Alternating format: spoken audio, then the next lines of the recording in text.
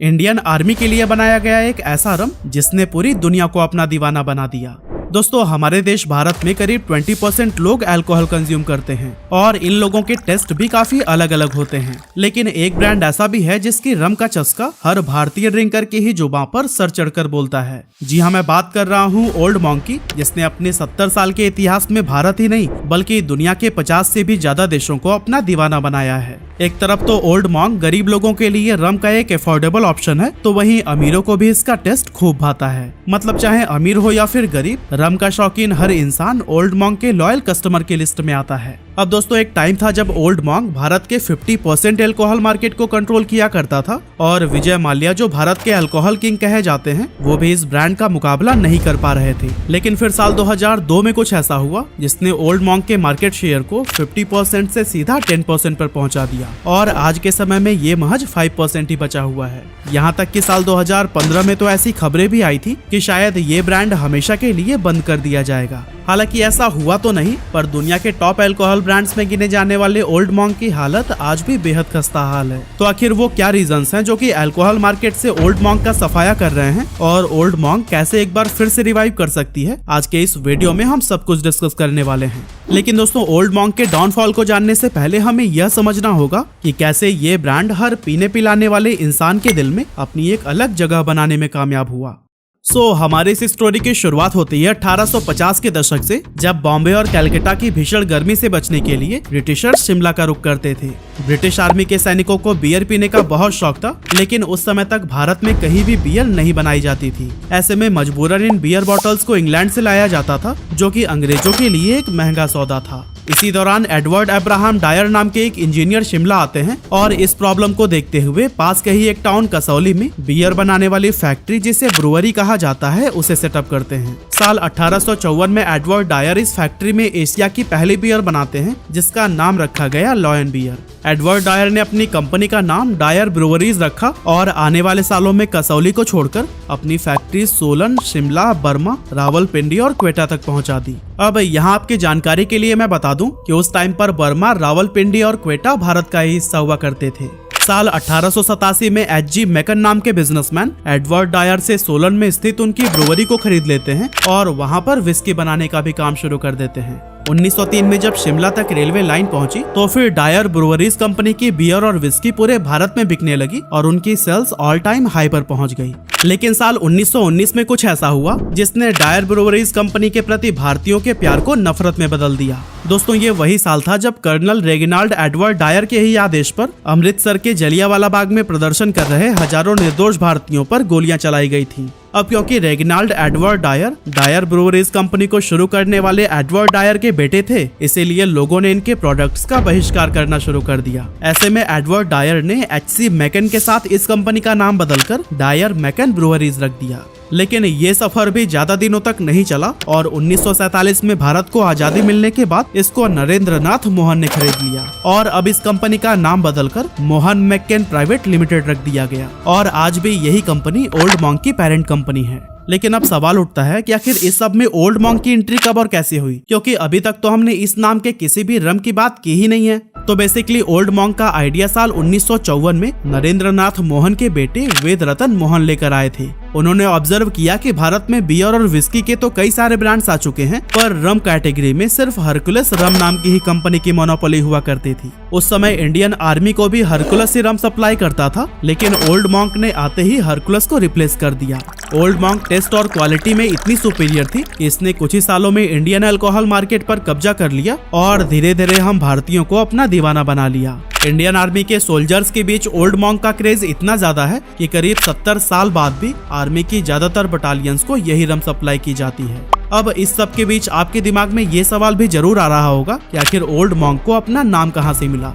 तो दोस्तों, बेसिकली जब वेद रतन मोहन यूरोप गए हुए थे, तब वो वहाँ बर्फीले पर्वतों पर रहने वाले बेनेडिक्टाइन मॉन्क्स से खासे प्रभावित होते हैं। ये मॉन्क्स सेंट बेनेडिक्ट नाम के एक क्रिश्चियन मॉन्क के फॉलोअर्स थे, जो कि सादा जीवन जीते थे और रम पिया करते थे। अब चाहे ओल्ड मॉन्क को बनाना हो या फिर इसका नाम रखना हो, ये दोनों ही आइडियाज यहीं से लिए गए थे।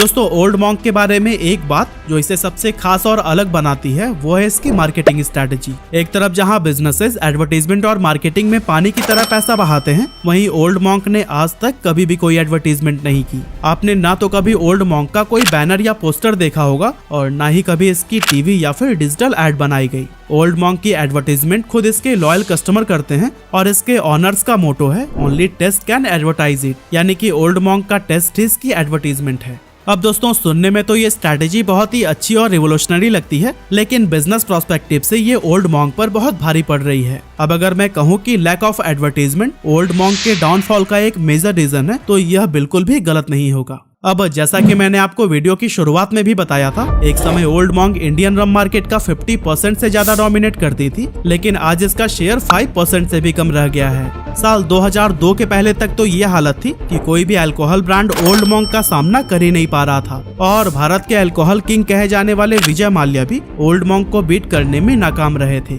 ओल्ड मॉन्क के बाद दूसरे नंबर पर मैकडॉवेल सेलिब्रेशन रम हुआ करती थी, जो कि विजय माल्या की कंपनी यूनाइटेड स्पिरिट्स के अंडर आती थी। पर मैकडॉवेल सेलिब्रेशन रम की सेल्स ओल्ड मॉन्क के कंपैरिजन में आधी भी नहीं थी।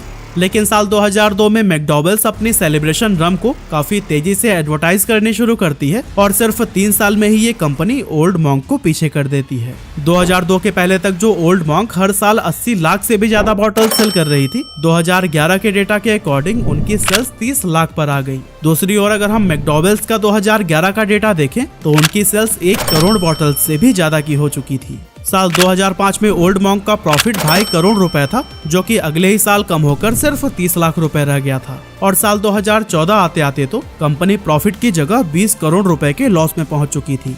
साल 2012 में वेद रतन मोहन के भाई और ओल्ड मॉन्क की मॉडर्न सक्सेस का सबसे बड़ा चेहरा माने जाने वाली कपिल मोहन 82 साल की उम्र में रिटायरमेंट ले लेते हैं और इस ब्रांड को आगे ले जाने की जिम्मेदारी अब उनके बेटों पर आ जाती है। और दोस्तों बस यहीं से ओल्ड मॉन्क की पूरी मैनेजमेंट बिखर सी जाती है और उनके कंपटीशन में खड़े ब्रांड्स एडवर्टाइजमेंट पर पानी की तरह पैसा बहाकर मार्केट में लंबी लीड ले लेते हैं। हालांकि दोस्तों ओल्ड मॉन्क के डाउनफॉल का पूरा क्रेडिट उनकी पुअर मार्केटिंग स्ट्रैटेजी और फील्ड मैनेजमेंट को ही नहीं दिया जा सकता। इसमें ओल्ड मॉन्क के डिस्ट्रीब्यूशन नेटवर्क और गवर्नमेंट की पॉलिसी चेंजेस का भी बहुत बड़ा हाथ रहा है। आपको बता दूं कि ओल्ड मॉन्क ने कभी भी अपना खुद का डिस्ट्रीब्यूशन नेटवर्क बनाने की कोशिश ही नहीं की। वो आज भी थर्ड पार्टी नेटवर्क पर ही डिपेंडेंट है, जिसकी वजह से उनकी रीच बहुत ही कम है। ये फैक्टर इसलिए भी इम्पोर्टेंट हो जाता है क्योंकि अल्कोहल के बिजनेस में लॉजिस्टिक और रिटेल डिस्ट्रीब्यूशन ही सेल्स के नंबर को तय करते हैं। समय समय पर बदलती गवर्नमेंट पॉलिसीज ने भी ओल्ड मॉन्क को खासा डैमेज किया है, जैसे कि यूपी गवर्नमेंट के एक फैसले के बाद उन्हें लखनऊ की अपनी फैक्ट्री बंद करनी पड़ गई थी।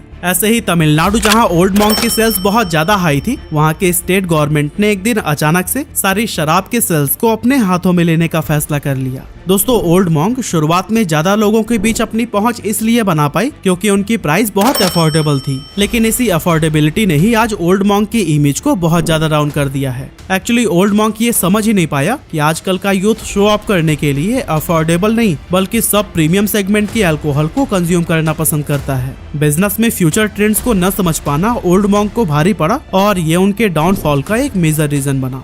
पर दोस्तों अब सवाल उठता है कि क्या ये डाउनफॉल ओल्ड मॉन्क को ले डूबेगा और क्या भारत समेत दुनिया के 50 से भी ज्यादा देशों में अपने स्वाद का जादू फैलाने वाला ये ब्रांड बंद हो जाएगा?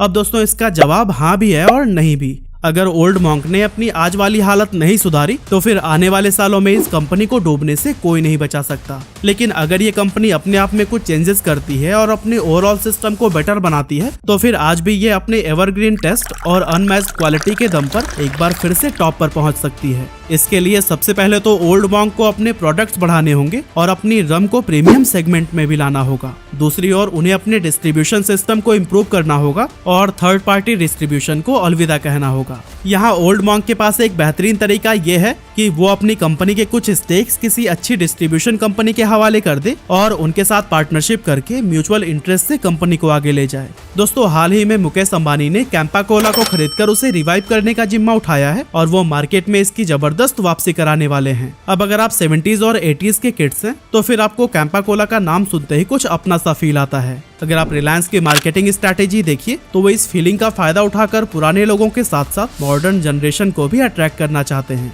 और दोस्तों कुछ ऐसी ही स्ट्रैटेजी ओल्ड मॉन्क भी इस्तेमाल कर सकता है और यूथ के बीच पॉपुलैरिटी हासिल कर सकता है।